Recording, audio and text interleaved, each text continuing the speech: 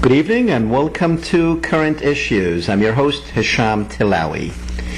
Well, ladies and gentlemen, doesn't look like, it is. Obama will be the nominee for the Democratic Party. Unless something happens, then we are in trouble. But we're going to have some fun tonight with everything that is going on with AIPAC in Washington and all our candidates. 3 of them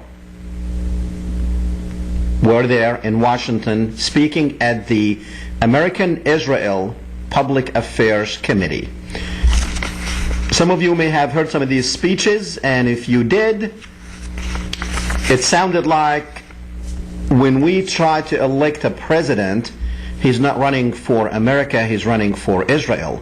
And we're going to tell you all about it.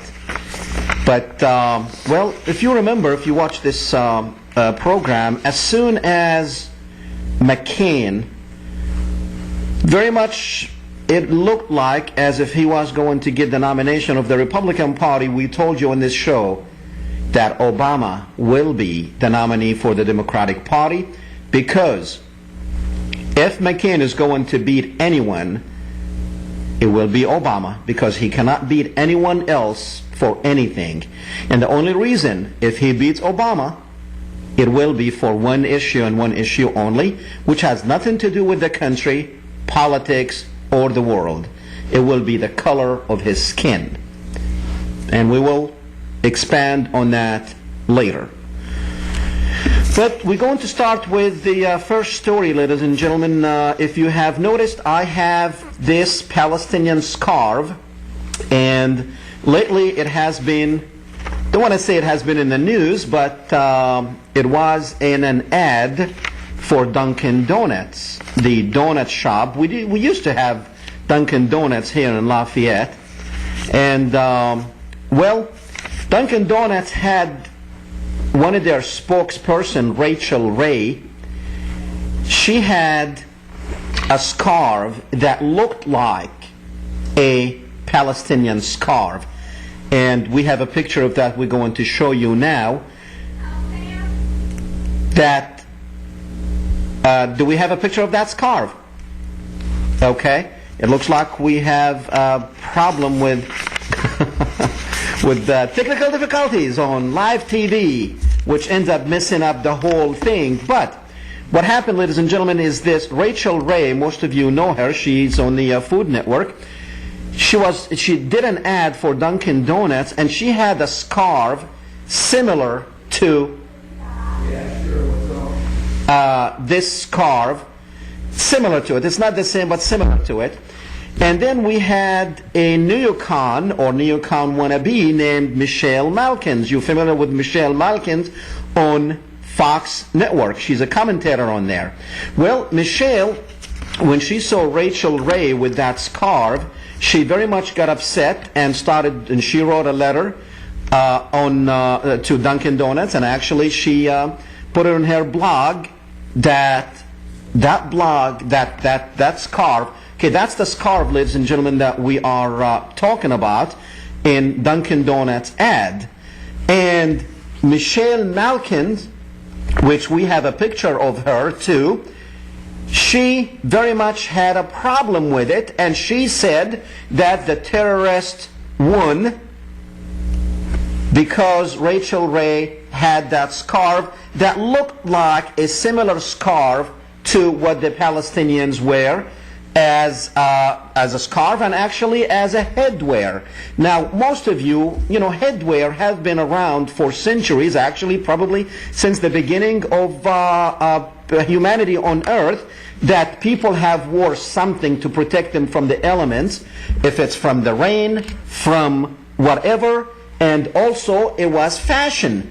So Dunkin Donuts, very much because Michelle Malkin have complained that this was a terrorist symbol, so Dunkin Donuts pulled that ad, even though it was not a Palestinian scarf.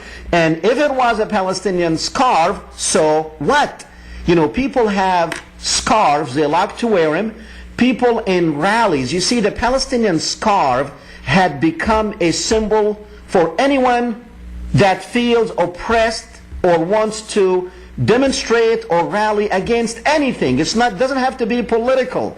You know, the GNL boys and girls, they wear these in their demonstrations. People who are demonstrating the G8 summit, people who are anti-war, people who have don't like the International Monetary Fund or the World Bank or anything. Basically, if you are protesting anything, this has become the symbol of freedom, the symbol of protest. You know, it is not, don't blame the Palestinians because they are the longest oppressed people in history, and this is their symbol. And as a matter of fact, you know, headdresses have been around, like I said, for centuries, and Palestinians and other people throughout the world have wore something on their heads to protect them or to signify what part of the world they came from. So many people wear this. Are all these people terrorists? Are you a terrorist if you wear one of these things? That's what Michelle Malkin wants you to know. Now, ladies and gentlemen, if you remember in 2001, September 2001, President Bush, he said in answering during a speech to the joint Congress, a meeting of the joint Congress, when he said, of why do they hate us, speaking about the terrorists. He said they hate us because of our freedoms. They hate us because of our freedom of press, of freedom of speech. They hate us because of whatever. Now, this particular girl, ladies and gentlemen, this lady here, her name is Lauren Bush. She is the niece of the president, President Bush. That's his niece. And she's wearing a Palestinian scarf or a Palestinian kufiyah, headdress, shmag, whatever you want to call it. So is she a terrorist? Now this one here is Ricky Martin. Is he a terrorist? And many celebrities have worn this. So if you are sympathizing with the Palestinians, that means you are a terrorist. Now, many people have used this for style. It's fashion. Throughout Europe and in many places in the United States, this is fashion. Now, I'm sure this little girl doesn't know much about the Palestinians, but she liked the way this thing looked on her. Is she a terrorist? Or this one? Is she a terrorist? But ladies and gentlemen, when President Bush said that they hate us because of our freedom, and if Michelle Malkin, the one who wants to put Arabs and Muslims in concentration camps in this country, she wrote a book about it. If President Bush said they hate us because of our freedom, and if Dunkin Donuts will take the ad because Michelle Malkin have said this is terrorism, guess what? The terrorists have won. Again, the terrorists have won. If in America you cannot wear a scarf because somebody is going to think you are a terrorist if you wear it. Dunkin Donuts, shame on you for pulling down that ad, which they themselves said it was not the Palestinian scarf, but because this crazy nut thought that it looked like a Palestinian scarf, she thought that the terrorists have won. No, Michelle Malkin, you are the terrorist, and shame on you for doing this because we lost our freedom. We no longer have anything for the terrorists to hate us for. So you can go celebrate, you and George Bush, go celebrate because you took our freedom away from us. This is the only thing that our forefathers had made sure to put in the constitutions. They have paid a lot to put it in the Constitution, and they did. They put the freedoms, freedom of speech and freedom of expression, and if you cannot express yourself in the United States, if companies and corporations will be taking down ads because it looks like something Palestinian, what is it going to be next? The cowboy hat? Or is it the Indian sari? Or who is next? This is America, and we lost our freedoms. So I don't know who won with this war. President Bush, you don't have to worry about them hating us anymore because we have lost, and Dunkin Donut made us lose. Michelle Malkin, the terrorist, because this is terrorism, terrorizing corporations and threatening them with boycott. That's exactly what they did. And shame on Dunkin Donuts for succumbing to the terrorism acts of Michelle Malkin. Well, ladies and gentlemen, it looks like Obama and John McCain will be the two contenders for the presidential campaign of for the election in 2008. Well, but this did not set too well with Hillary's supporters. Now, we know Hillary on Saturday is going to get out of this race officially, and she did mention that she wants to be on Obama's vice president. I think she should, because I'll tell you why. The only way that Obama stands a chance of actually winning this thing is if Hillary is with him on the ticket. That's the only way, in my opinion, because you know what's going to happen, and we will talk about what's going to happen once we show you this little clip. So let's go ahead and run the clip if it's ready. The first clip, let's go ahead and run. Well, actually, the first clip was for Michelle Malkin's, but yeah, okay. Michelle, how are you? Good. How are you, Sean? Glad to have you on to actually talk about the book. Thank you for being with us. Thank you. I have always believed that Reagan had it right. That Reagan was right with reparations for the Japanese internment in World War II, and that FDR was wrong. Your book takes just the opposite view. Tell me why you're right and I'm wrong. Well, I think that for 3 generations, American school children have been guilt-tripped into believing that what happened during World War II was simply the result of knee-jerk racism and wartime hysteria. And it simply isn't true. There's a lot of evidence, intelligence that was available to the Roosevelt administration that laid out a clear and what they thought was grave threat of espionage, sabotage, possible fifth column activities being planned on the West Coast. And that led to the evacuation and relocation of about 112,000 ethnic Japanese families. They were moved to the interior of the country, and if they could pass national security tests, they were released from the camps, and tens of thousands of them left for these educational and work opportunities. Yeah. And in addition, a lot of people don't realize that of the people who were actually interned, enemy aliens, nearly half of them were of European descent, but it doesn't fit the PC mold, so you never hear about it. Well, but it was, in terms of a percentage, this was a systematic roundup of a group of people because of where they came from. And if there's no evidence or suggestion that somebody is anything but a loyal American, I have a very hard time with this. What would you suggest, based on your belief that it was right to do then? Let's fast forward to the war on terror, and what would you propose, because obviously it's going to be controversial, if you support it then, what are you suggesting we do now? Well, I'm certainly not suggesting that we round up all Arabs and Muslim Americans and put them in camps. I'm not suggesting that. I'm saying... Hi, Michelle. Hi, I'm Max from the organization. Hello. Hi, I love your book, In Defense of Internment. I was wondering... I don't think you did. Can you make this out to Max? I'm not going to sign that. Well, what's the problem? I'm not going to sign it. Well, why not? I'm not signing it. Well, is there a reason? I mean, you thought the internment camps of Japanese Americans I'm were... not going to have you smear my book. Did you read my book? Yes, I did. No, you didn't. I read it to the extent that it was legible. Tell me what the conclusion of my book was. Your conclusion was that essentially defended the internment of Japanese Americans, and you said that the same policy should be instituted during the war on terror on Muslim Americans. That is bull. You did not read my book. Sorry about that.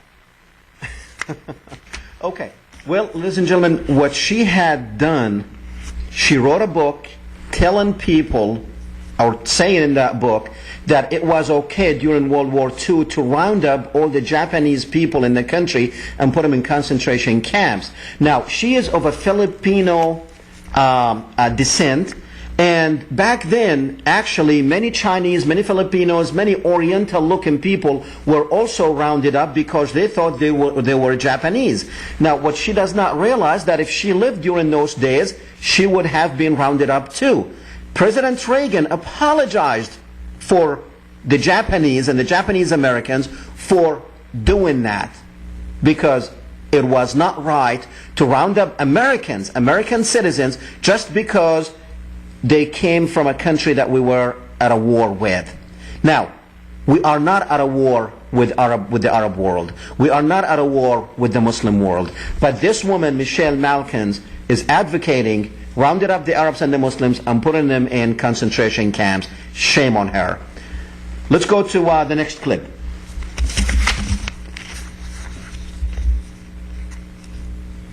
Israel stands as a singular achievement in many ways, and not the least is its achievement as the great democracy of the Middle East. If there are ties between America and Israel that critics of our alliance have never understood, perhaps that's because they do not fully understand the love of liberty and the pursuit of justice.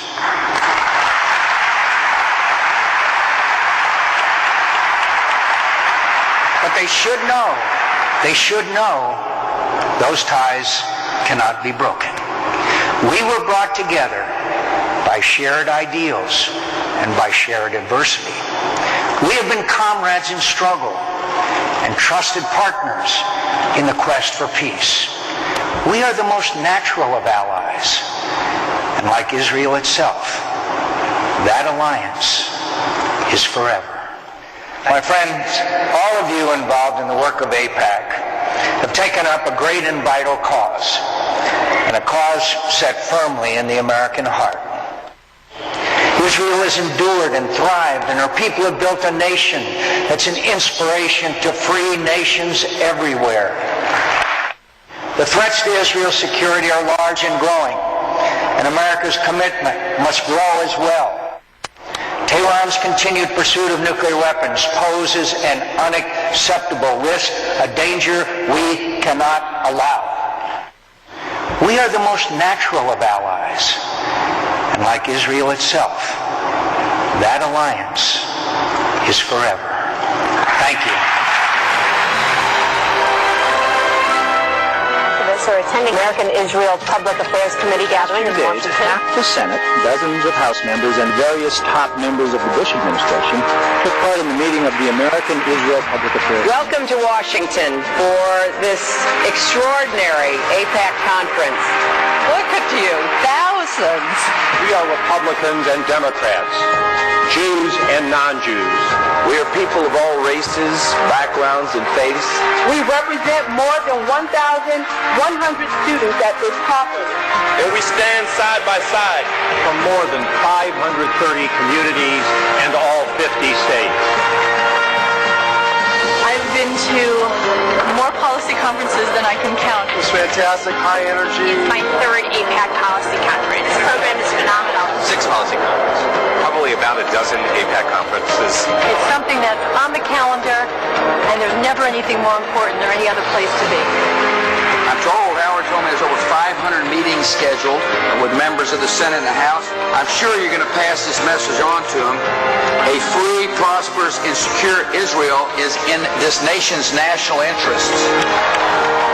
And so much of the work that we do in support of Israel happens during these few days of the policy conference. We care, we love Israel, we love the American-Israel relationship, and as U.S. citizens, we're here to press our case. And I like being one of the people to speak directly to the congressmen or the senators. Every person who walks on the Hill to lobby their members of Congress makes a big difference.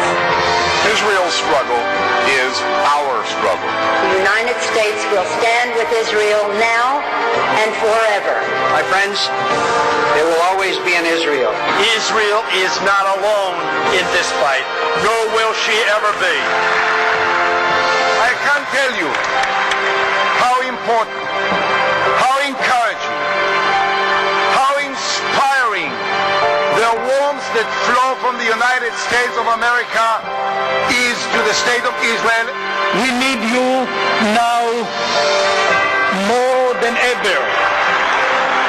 Our actions will will determine the future of America, of Israel, and of our world.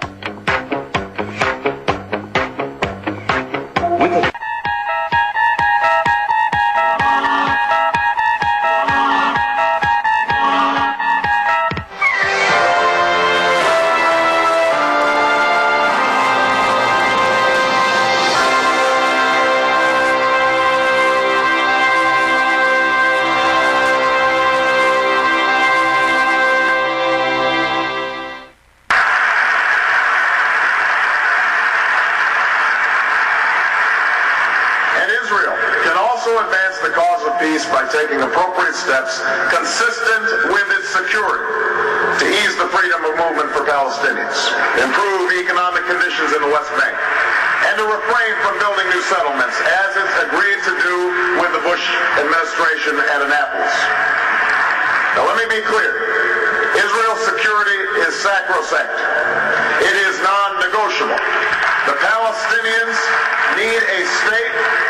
The Palestinians need a state that is contiguous and cohesive, and that allows them to prosper. But any agreement with the Palestinian people must preserve Israel's identity as a Jewish state with secure, recognized, defensible borders. And Jerusalem will remain the capital of Israel, and it must remain undivided.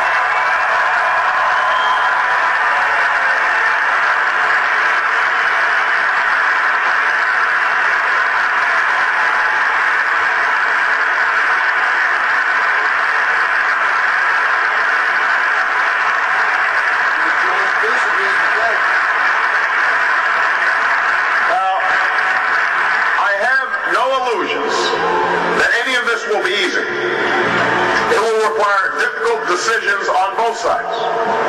But Israel is strong enough to achieve peace if it has partners who are committed to the goal. Most Israelis and Palestinians want peace, and we must strengthen their hand. The United States must be a strong and consistent partner in this process, not to force concessions, but to help committed partners avoid stalemate and the kind of vacuums that are filled by violence. And that's what I commit to do, is to take steps. Gentlemen, well, AIPAC conference, the conference that most politicians, if they want to succeed and continue in this business, they have to visit, and they have to pledge allegiance to the blue and white flag of Israel, including Barack Obama.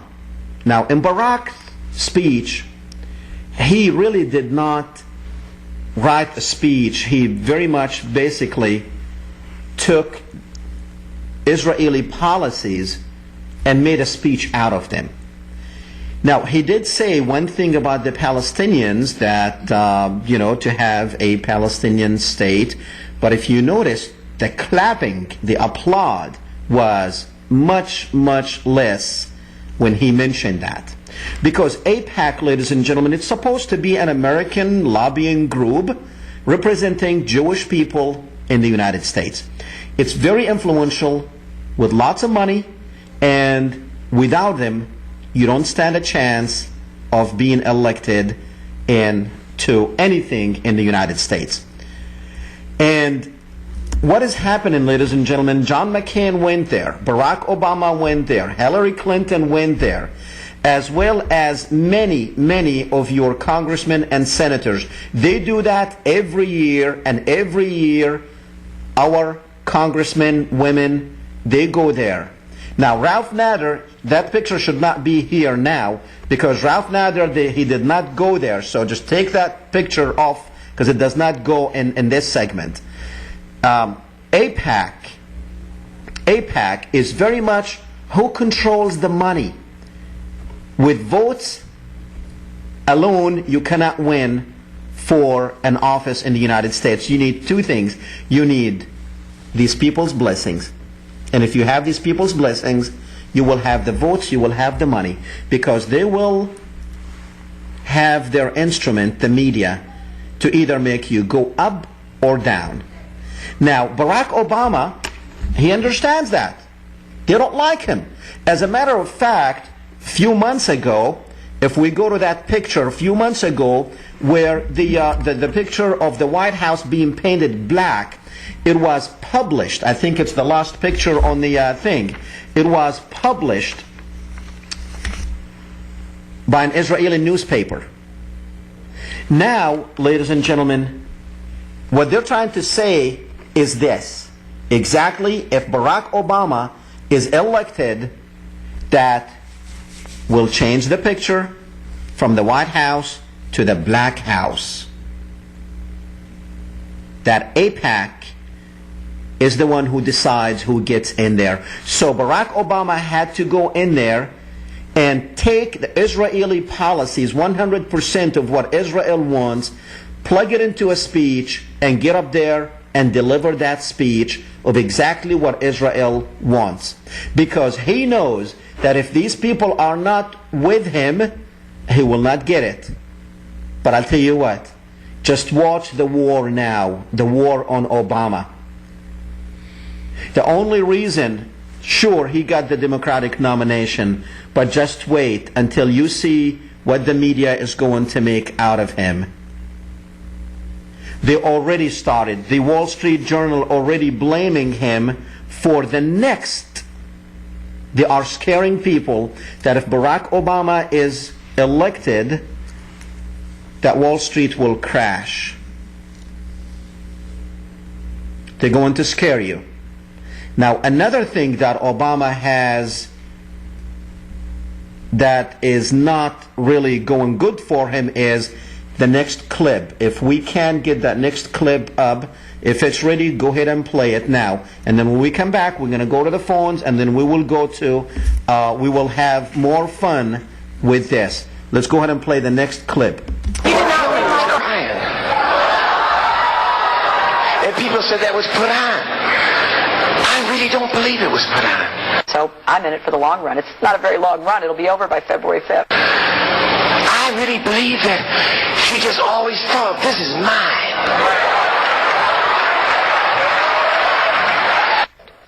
I know that you're confident it's going to be you, but there is the possibility it won't be. And clearly, you have considered that possibility. No, I haven't. Many of the people around Senator Clinton, they think they have a sense of entitlement to the presidency. You know, proud to be an older American woman. Where are you from? New York City, Hillary State, the best nominee that's possible, and the Democrats are throwing the election away. White. I'm white. And this is mine. I just got to get up and step into the plate. For what? An inadequate black male who would not have been running had it not been a white woman that was running for president. And I'm not going to shut my mouth anymore. And then out of nowhere came, hey, I'm Barack Obama. And she said, oh, damn, where did you come from? I can be called white, but you can't be called black. That's not my America. It's equality for all of us. If anybody was going to, they should apologize to me for calling me. It's about time we all stood up for it. Right. I'm no second-class citizen. Right, we're not. And goddamn the Democrats. Where are you from? I'm from Manhattan. I just said what my name is. Why? Why would you like my name? Maybe you're the CIA, the FBI? And they think we won't turn and vote for McCain. Well, I got news for all of you. McCain will be the next president of the United States. I'm white! I'm entitled! There's a black man stealing my shot!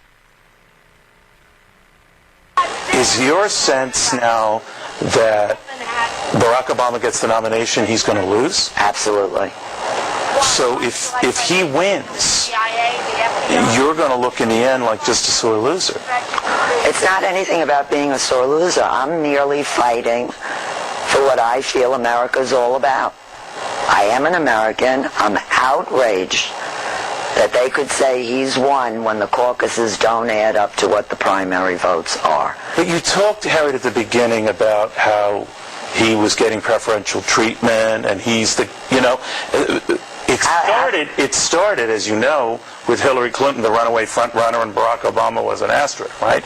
And then he became sort of. But if you also notice, your competitors have constantly covered up everything he has done and have excused everything he has done. I think he's gotten a free ride, and it'll cost him in the general election. I also think that the reason that these superdelegates may be coming out for him is because they demanded he leave his church.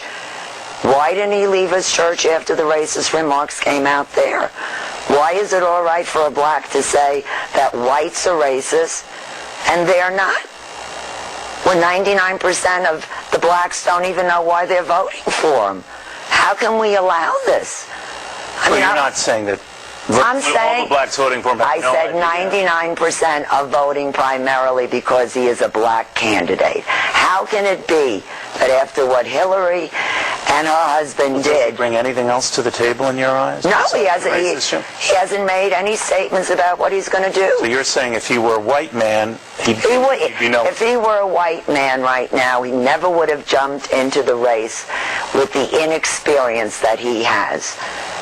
He was in the south side of Chicago and talks about the community work he did. He was eliminating asbestos, which he never eliminated from low-income housing. You agree with Geraldine Ferraro, who had said much the same thing. If he were not African-American, then he wouldn't be where he is. But you see how some would turn that around, Harriet, and say, that's a racist remark. As far as I'm concerned, I am the furthest thing from a racist. But again, I say I believe in equality for all. Why aren't we given the same equal rights?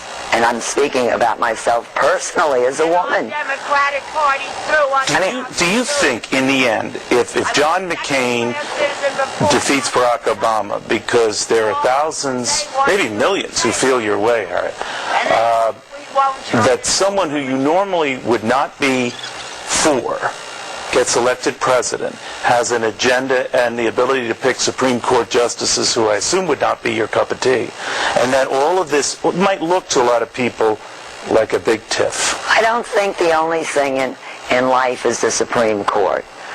You have justices in there as it is now who don't uphold many of the things I believe in, who are not appointed by Republicans. So you would feel just more comfortable with John McCain running the country than Barack Obama? Absolutely. Christian, pretty vocal in your support for Hillary Clinton. I'm very passionate about her winning this election.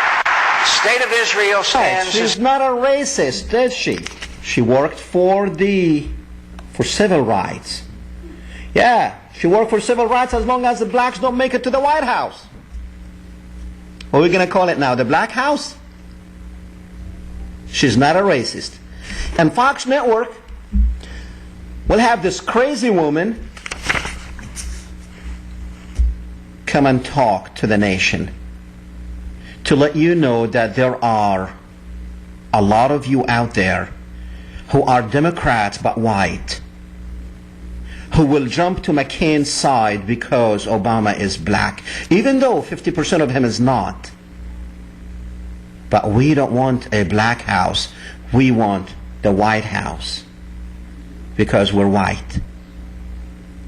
Fox News will take this crazy woman, dress her up, put makeup on her, make her look a little bit decent and professional, to come and tell you that she is a Democrat and she will not vote for Obama because he's an inadequate black man. And if Hillary was not a woman, only Bill knows, if Hillary was not a woman, then he would have not have entered the race. He entered the race because he can't beat up on a woman. And women believe that garbage. Women believe that garbage. Now, let's not celebrate, because I told you from the beginning, ladies and gentlemen, the only reason they have Barack Obama, the powers that be, Don't believe that Barack Obama got that on his own. Don't believe that. Everything is designed because there's a lot at stake. A lot. It's not just you. It's money at stake. Because McCain has to be the president. George Bush has to have a third term. Just like Putin of Russia. Ladies and gentlemen, this is a different kind of election. This is the first time in history that you will have to fight within you to vote. When you go and pull that lever, push that button, you have to vote your convictions. If you decide not to vote for Barack Obama because he's a black man, but yet in the last 8 years you have bashed Bush, like me, and you have talked about Bush, and you have hated the war, you hated the economy the way it happened, you hate everything about what the Republicans are doing, but yet because you do not want to vote for a black man, you want to vote for a white man. Good morning, America. Is this what it is? All right, tell you what, we're going to go to the phones.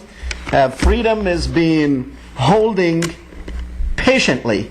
So let's go to Freedom. Welcome to the show. Hey, Dr. Tillawi, it seems that our conversation of last week when I asked you who the Palestinians were going to support, you were right on the money. I saw a Palestinian guest on one of the Fox shows on Hannity and Combs, and he said that Barack Obama has been a wonderful friend to the Palestinian community in the Chicago area. You know what I mean? Oh, yeah. I'm familiar with that, by the way. Right. And that Barack Obama speak to him every year. They have a conference every year, and he visit them, and he speak to them, and he sit with them, and he understands their issues totally.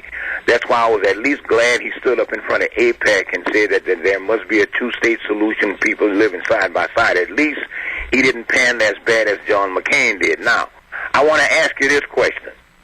You just saw that lady with Neil Cavuto. Yeah.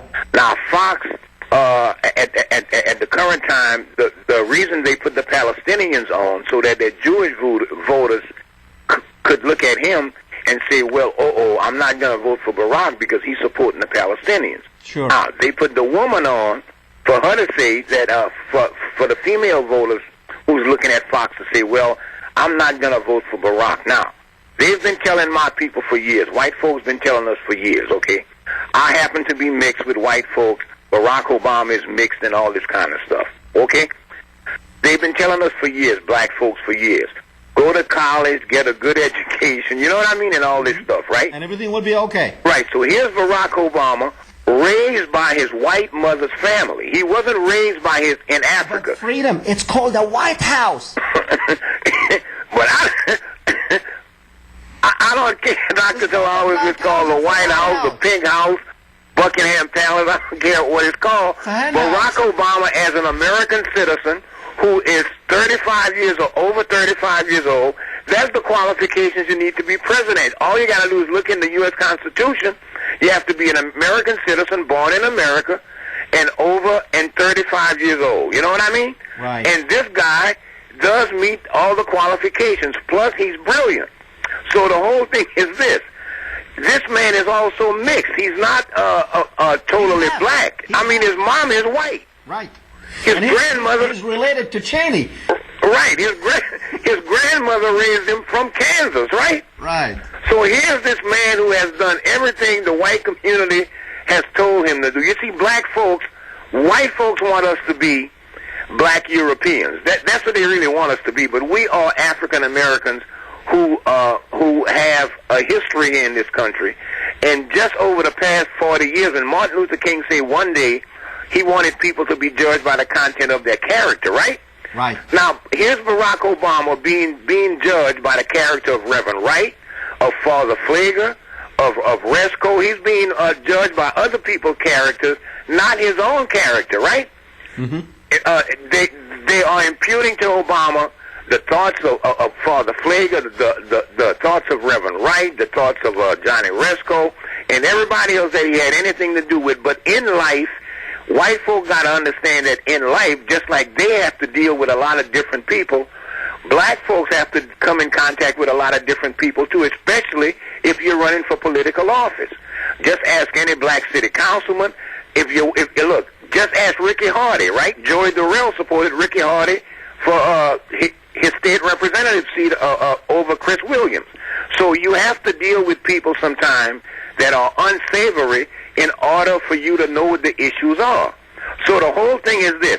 Here's this white woman being angry because Barack Obama is now, you know what I mean? He has been chosen by the Democratic Party to be the nominee for the Democrats. And I believe you are right. They do want John McCain to win.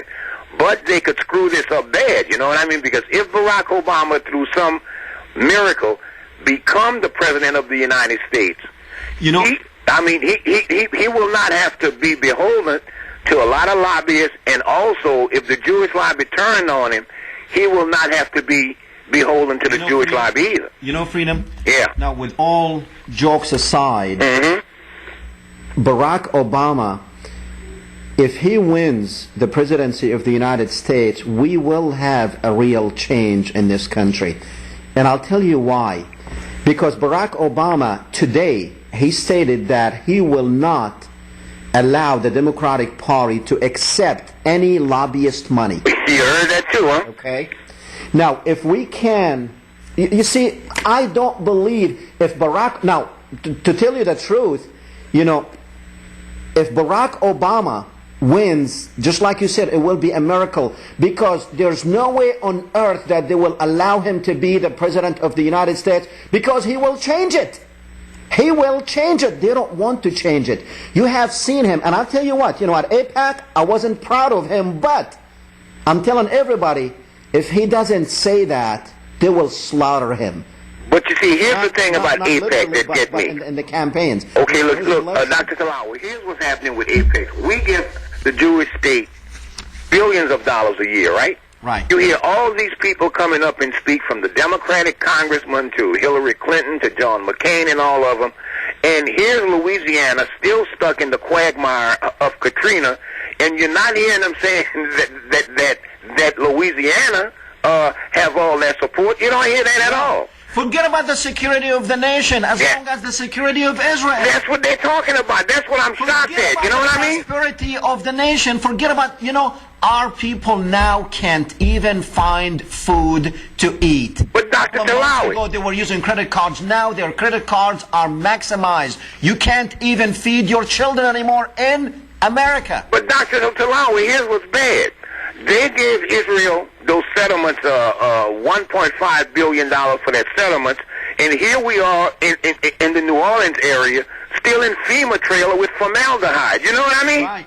So, I mean, these are the people that we elect to look out for the American people, and they are steady in Washington, D.C., giving billions and billions to Israel and not caring about the American people. That is what I can't understand. It's not their money.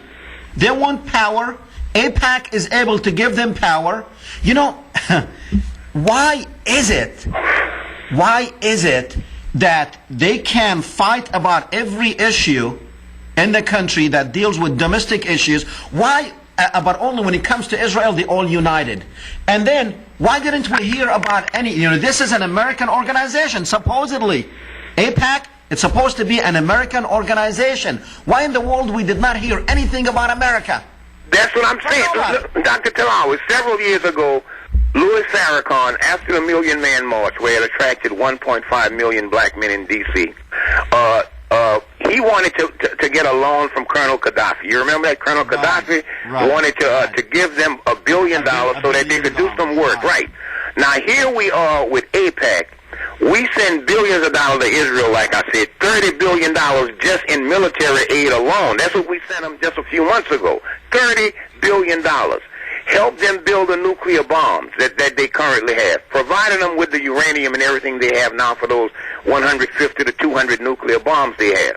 Now, what AIPAC does is this. Why don't they trace that money coming from Israel to our politicians? Our tax dollars go to Israel, and then those tax dollars come back from Israel to our politicians. Do you know why can't the black community, like Louis Farrakhan, get a penny from Africa? Why can't he get a penny?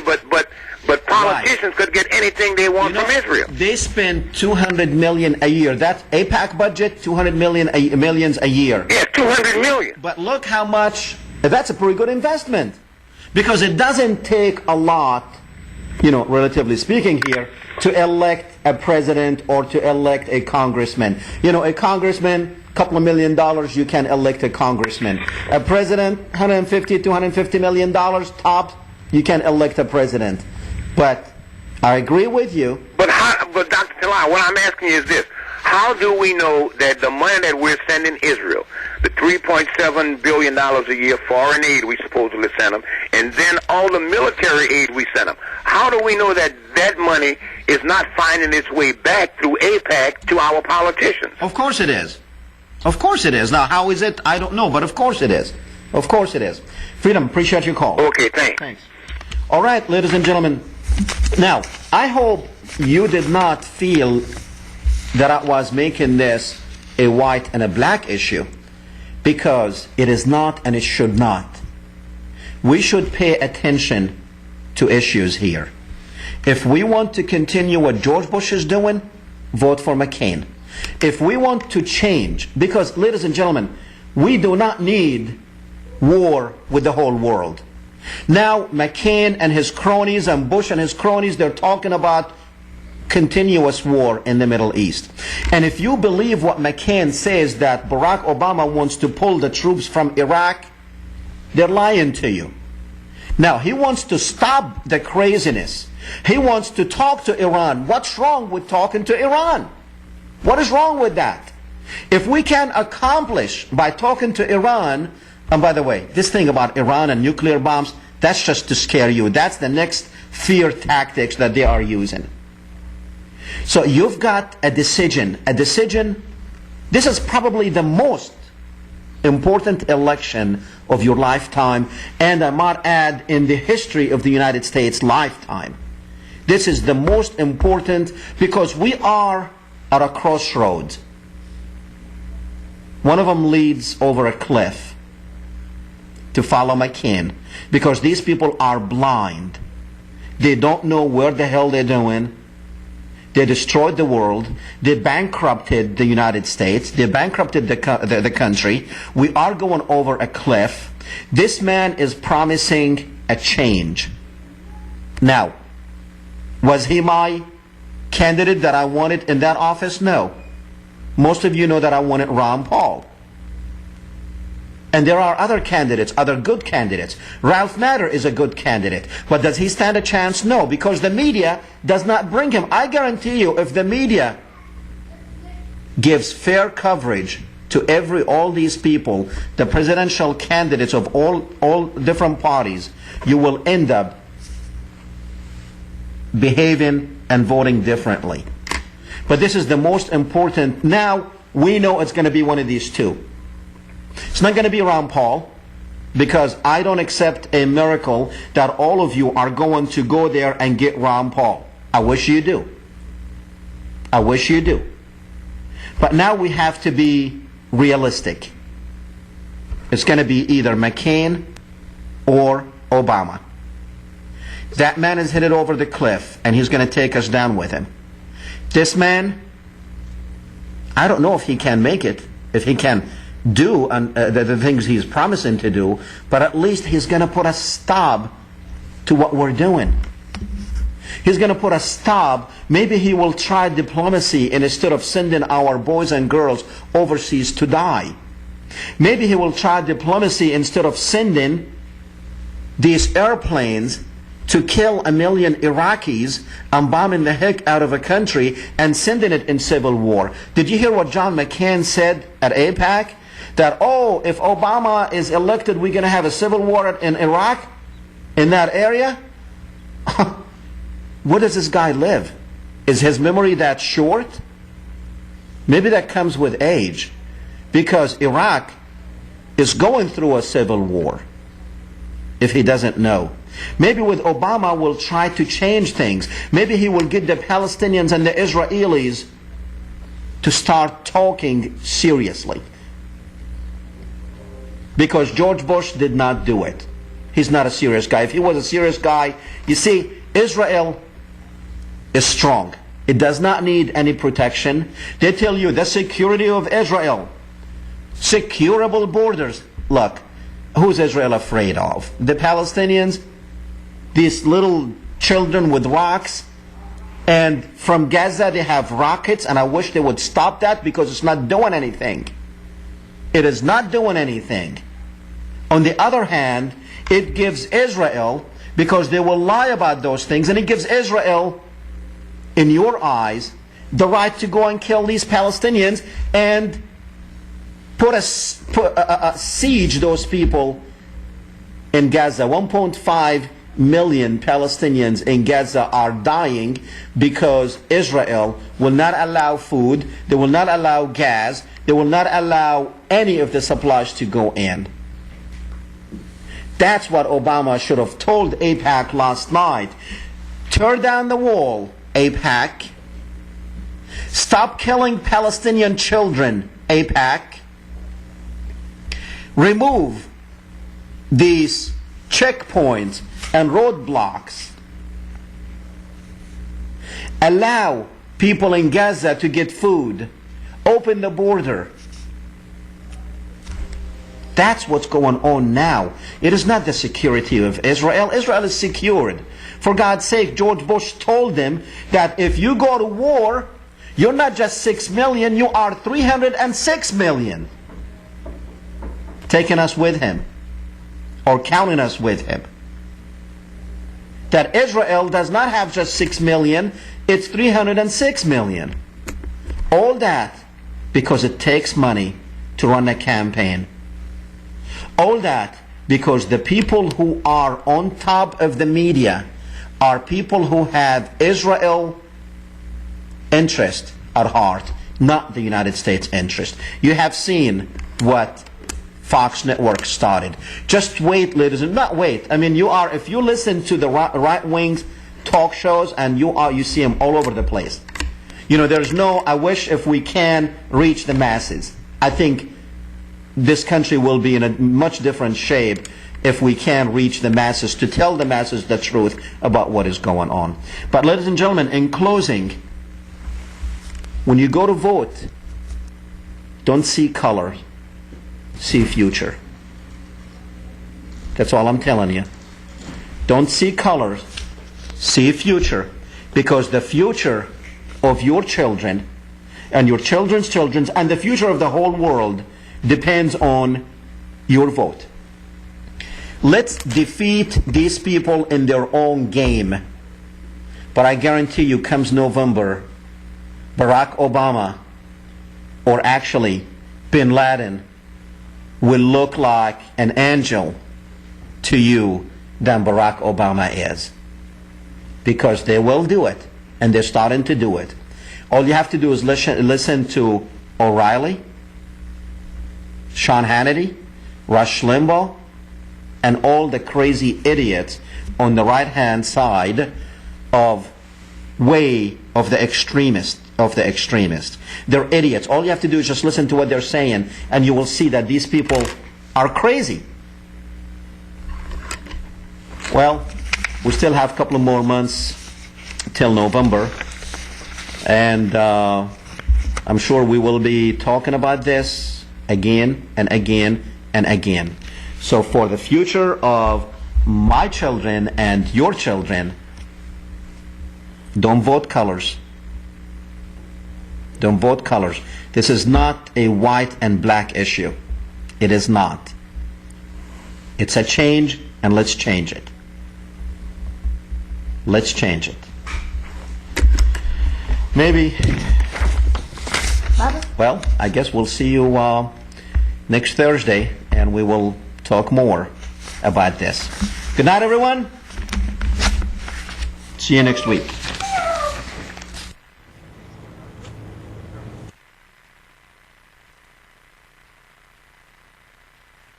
From the bottom of our our news. At the bottom of our news tonight. I'm consuming. I'm doing my job for corporate America. We're buying stuff.